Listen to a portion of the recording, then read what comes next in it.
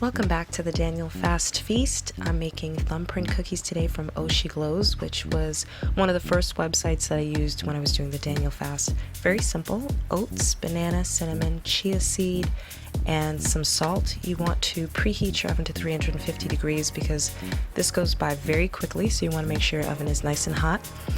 Start with oats. I have whole rolled oats, so if you have quick oats, I guess you could skip this step. But you want to ground the oats into a coarse meal. You don't want a flour. The texture is important to the cookie, so you want to have nice bits and pieces in there.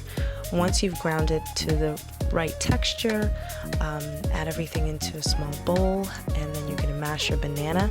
I cut the recipe in half. It requires 2 bananas. I only used 1 because that's all I had, and it was very ripe, so I wanted to use it. The riper, the better, because it's going to be sweeter. So after the banana, you add chia seed. Chia seed expands when it's added to moisture, so this acts as a binder for the cookie. After that, you add in cinnamon and a little bit of salt, and then you can mix with a spoon. I prefer to mix with my hand.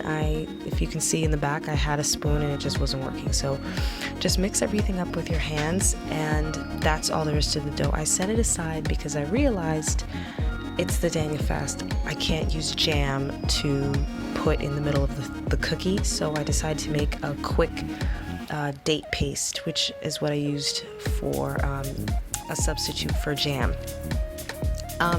I've made date paste before. This one's much chunkier, but it worked, and the reason why it was chunkier is because I used water instead of oil, and it's also Deglet Noir, forgive the mispronunciation, date instead of medjool date, so it's not as soft.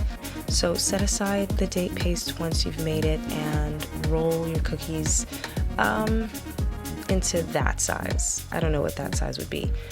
And once you've set aside your cookies, then you use a small, I think I used a 1/4 teaspoon to create a well to place the date paste in the cookie. This is your thumbprint. And be careful, don't press too hard, you don't want to break the cookie. It doesn't have egg or gluten in it, so it doesn't have stretch.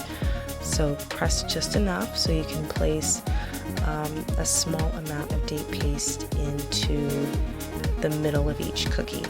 So I was able to make about 7.